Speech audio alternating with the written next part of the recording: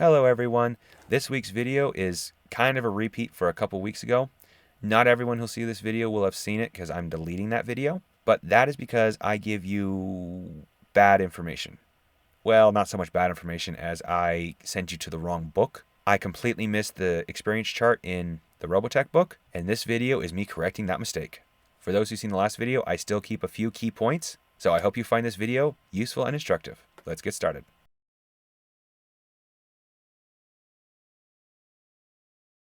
Experience points. Except in specifically devised scenarios and tournaments, there is no winner in a role-playing game.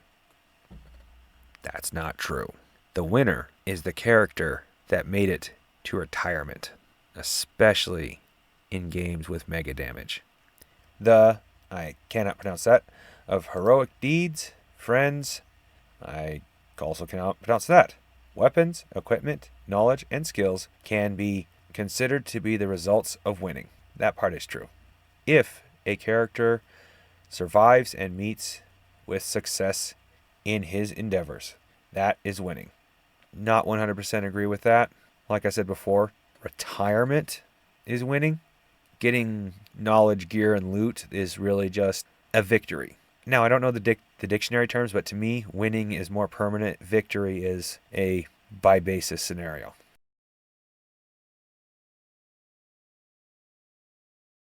Why an experience point system? The reason Kevin Simbita used an experience point system is because he found them to be extremely realistic and practical. Training is useful, but there is no substitute for experience. The experience point system is specifically designed so the character will mature rapidly, tapering off as they reach higher levels of experience, around level 5 or 6. Why do the experience levels only go to 15? Because characters are not likely to ever reach that level. Even after years of regular play in his original Palladium role-playing game, playtest campaigns, after 2 years of weekly, long, 9-hour sessions, the characters averaged 7th to 10th level, and progressing ever so slowly towards 10th. Now he talks about how high-level play isn't necessarily fun unless you constantly do high-level bad guys and challenges, but I actually find that high-level play can be fun if you understand that you're doing high-level play.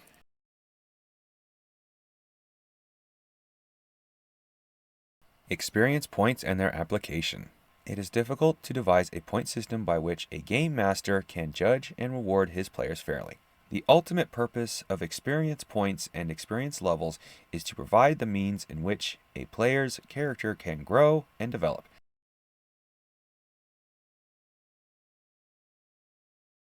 Character OCC experience levels. Each occupational character class, OCC, has a listing for levels of experience. A character involved in an adventure gains experience points for his thoughts, actions, and deeds.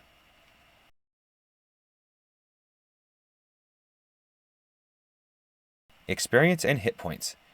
Each time a character reaches a new level of experience, the player rolls one 6-sided die and adds that number to the character's hit points. This indicates the physical development and maturity of the character as he develops.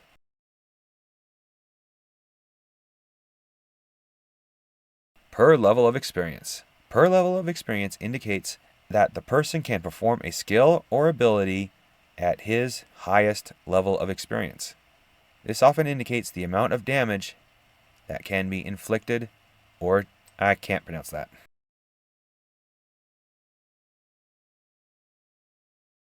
The experience point table. I know that's not what it says, but that's pretty much what it is. Now, a few of you who have seen the video that I deleted, I will be repeating what I said about this list. The list I mentioned before was not meant for war, but those who did see that video, because it's deleted, will notice that almost all of these are completely identical to the list I chose. That was by accident. I simply judged which game would be the most like a war system. Now, one of the key things I talked about that a viewer wanted me to make sure I repeated was the menace table, because that viewer had a hard time knowing what experience should be given for each type of Zentradi. So here's my personal opinion. Change it as you see fit as GM. Killing or subduing a minor menace is the equivalent of a Zentradi foot soldier. Nothing special, but it's still a menace.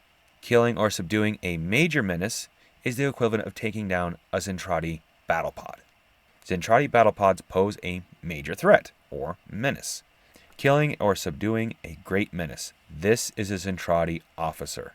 The Zentradi officer has bonuses that both the foot soldier and the battle pod does not have.